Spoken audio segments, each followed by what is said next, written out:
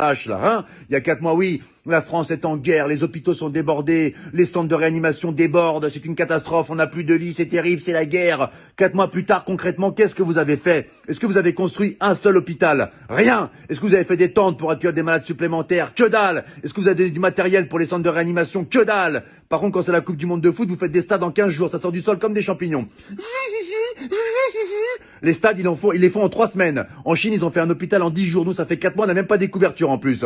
Un oreiller non plus? Bon, bah écoute, c'est super, hein, vive la France. Et arrêtez de nous balancer de la poudre aux yeux pour camoufler vos incompétences à parler de l'islam H24, c'est terrible. Les femmes voilées, les piscines séparées pour les femmes, le séparatisme, les extrémistes, les hommes qui se douchent en caleçon après, c'est un signe de radicalisation. Vous allez arrêter de casser les couilles aux musulmans, mais c'est quoi ce bordel? Là, si ça continue à ce rythme-là, ils vont dire que le coronavirus, il a muté et que les musulmans ont créé une bactérie qui s'appelle le Hamid-19. Nous sommes avec Jérémy qui a été infecté par le Hamid-19. Pouvez-vous nous raconter votre calvaire, Jérémy? Bah, ça a commencé par la barbe qui pousse toute seule, alors que je suis un berbe à la base, donc c'est un peu incohérent, vraiment. Et après, les premiers symptômes, j'ai dit des mots d'arabe en pleine nuit. Je me réveillais, Allahu Akbar! Et là, vraiment, c'était vraiment difficile. Et le point final, ça a été quand je mangeais avec maman. Elle m'avait préparé un cassoulet, c'est une bonne vivante, maman. Et puis là, d'un coup, il y a une phrase qui est sortie. Ashhadu an la ilaha illallah wa ashhadu anna Muhammadan Rasulullah. Le verdict était sans appel. Maman a appelé les pompiers. C'était le Hamid 19. Mais aujourd'hui, ça va beaucoup mieux. Hein. Je vais à la chasse avec mon berger allemand et je fais de la pétanque avec papa.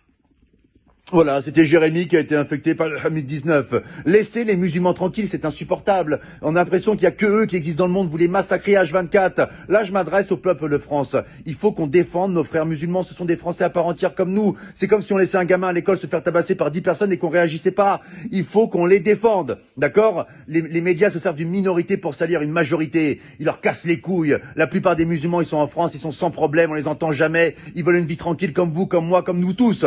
Laissez les musulmans tranquilles. Et là, c'est pas un rebeu, c'est pas un Renoir qui vous parle. C'est un blond aux yeux bleus qui vient de Bretagne et qui t'emmerde, espèce de facho de merde.